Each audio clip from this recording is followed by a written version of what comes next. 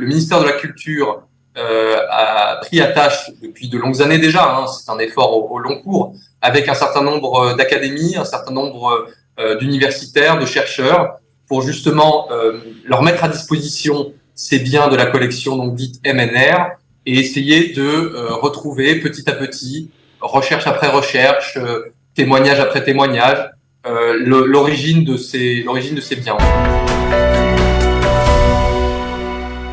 Trois œuvres d'art qui avaient été spoliées par les nazis ont été restituées par la ministre de la Culture française le jour même de Yom HaShoah.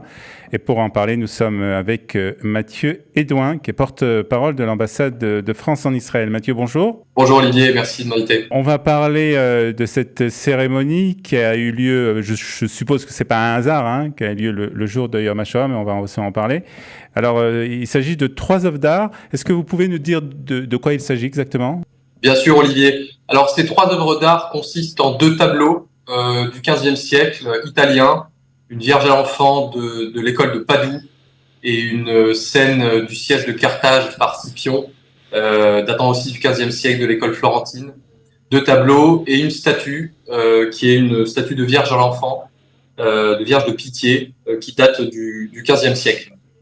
Alors, ce sont des œuvres d'art qui ont été spoliées par les nazis. De quelle manière ils se sont retrouvés, on va dire, dans le grenier du ministère de la Culture français ? Alors, j'allais dire que ces œuvres d'art vont bien au-delà, finalement, de simples objets inanimés que l'on contemple ou qui sont des sujets d'étude. Ce sont avant tout des témoins certes silencieux, mais lorsqu'ils se mettent à parler, quand on découvre leur histoire, ils nous racontent évidemment des parcours individuels, souvent très douloureux, de familles souvent juives persécutées durant l'occupation nazie. Et retracer l'itinéraire d'un tableau, d'une statue, c'est raconter justement l'histoire et restaurer le souvenir de ceux qui ont souffert de cette idéologie mortifère et que les nazis voulaient anéantir. Ces 3 œuvres d'art ont été restituées ou sont revenues en France peu après la fin de la guerre.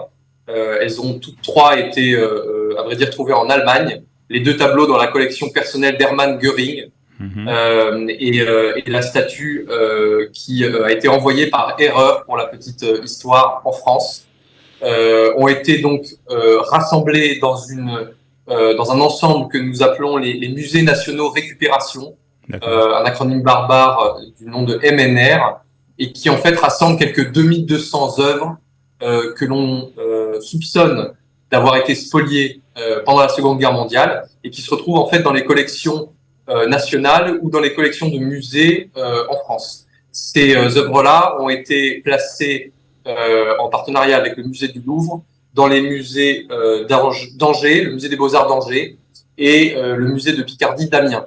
Et c'est à partir de là que ce travail de recherche de longues années a été entamé pour retrouver les propriétaires ou les ayants droit. Alors justement, comment se fait, parce que ça doit être quelque chose de très compliqué, d'essayer de rattacher en fait une œuvre d'art à son propriétaire. Comment ce travail de recherche se fait ? C'est un véritable travail de recherche et d'historien. Donc le ministère de la Culture a pris à tâche depuis de longues années déjà, c'est un effort au long cours, avec un certain nombre d'académies, un certain nombre d'universitaires, de chercheurs, pour justement leur mettre à disposition ces biens de la collection donc dite MNR et essayer de retrouver petit à petit, recherche après recherche, témoignage après témoignage, l'origine de ces biens. On a un certain nombre d'archives, bien sûr, à la fois dans les musées, au ministère de la Culture même, dans les autres administrations françaises. Et ces chercheurs, ces historiens, essayent donc de retracer l'histoire de ces tableaux. C'est ce qui s'est produit en fait pour ces 3 œuvres d'art dont on peut parler ensemble des propriétaires. Alors justement, on va parler un peu des propriétaires, de la manière dont ils ont été retrouvés. D'après ce que j'ai compris, il y a 2 héritiers qui ont été retrouvés de ces œuvres d'art, et puis il y a la sculpture, on n'a pas pu retrouver d'héritier, c'est ça ? On a retrouvé un ayant droit effectivement également pour la sculpture. Ah, d'accord. Pour les deux tableaux italiens, effectivement, ils appartenaient à deux collectionneurs, Ernst et Agathe Saulman, qui ont été contraints de fuir la persécution nazie antisémite en Allemagne, qui se sont réfugiés dans un premier temps en Italie, puis en France, et qui ont vécu d'ailleurs assez douloureusement la Seconde Guerre mondiale en France.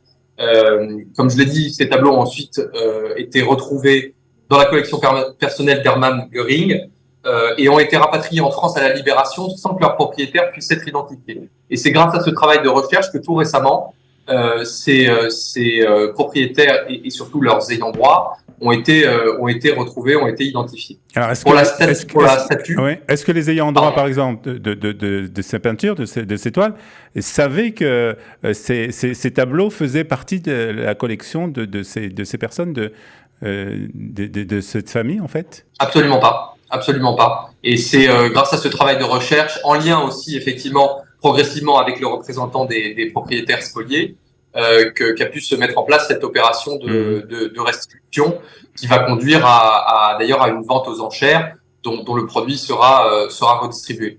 Ça, pour la sculpture, ouais. Le propriétaire a également été retrouvé. Il s'agit en fait d'Harry Fold Jr., qui est un industriel et un collectionneur de Francfort, qui lui-même a été contraint à l'exil, non pas vers la France, mais vers la Grande-Bretagne. Sa collection a été confisquée en Allemagne et vendue.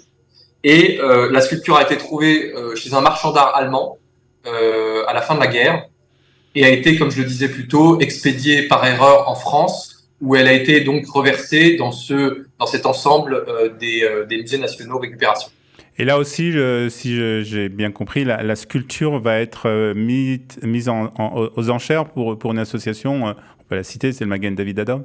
Exactement. En fait, les ayants droit, c'est un petit peu aussi toute l'ironie heureuse pour le coup de l'histoire. Les ayants droit de cette sculpture ont été identifiés comme le Magen David Adom britannique.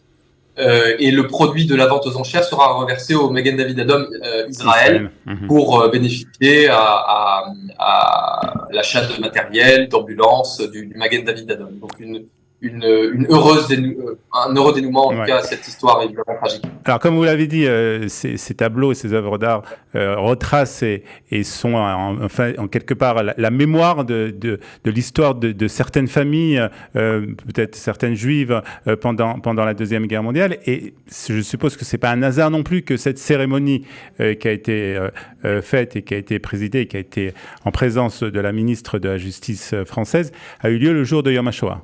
C'est un symbole évidemment très très fort, qui est bien évidemment délibéré et assumé, mais qui s'inscrit au-delà des commémorations de cette semaine dans un effort titanesque au long cours de l'État français, quels que soient d'ailleurs les gouvernements qui se sont succédés, pour identifier les propriétaires ou les ayants droit de ces œuvres spoliées ou qu'on soupçonne d'avoir été spoliées, et pour les restituer à ses ayants droit. Cet effort c'est un travail évidemment titanesque, considérable, qui coïncide aussi avec un engagement politique renouvelé, y compris sur les 15 dernières années.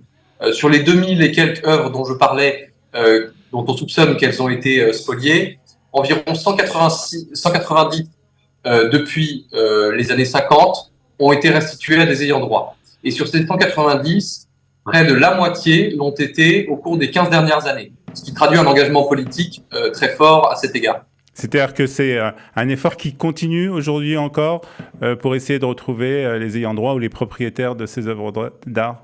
C'est un effort effectivement qui se poursuit en coopération donc avec l'État français, ses administrations et les musées et les associations ou académies de chercheurs, pour justement retracer l'origine de ces œuvres et les restituer. Et encore une fois, plus de la moitié des œuvres qui ont été restituées d'après-guerre l'ont été sur les 15 dernières années. À ceci s'ajoute d'ailleurs un effort aussi sur le plan législatif, puisque depuis l'année dernière, 2 importants projets de loi ont été adoptés par le gouvernement, sur proposition du gouvernement français. L'un pour faciliter la sortie d'œuvres du domaine national, pour les restituer ensuite et donc s'émanciper du principe d'inaliénabilité des œuvres du domaine national public pour les restituer aux ayants droit.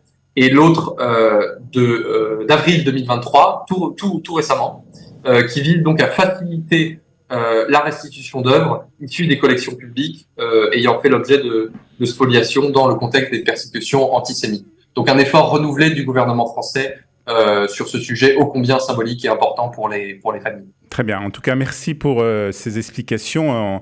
C'est toujours très intéressant d'avoir ces informations et puis surtout de connaître un peu l'histoire de ces œuvres d'art et puis comme vous l'avez dit, à travers l'histoire de ces familles qui ont été pourchassées pendant la Seconde Guerre mondiale. Merci en tout cas d'avoir été avec nous, Mathieu et Édouin, porte-parole de l'ambassade de France en Israël. Merci et à bientôt. C'est moi, merci Olivier.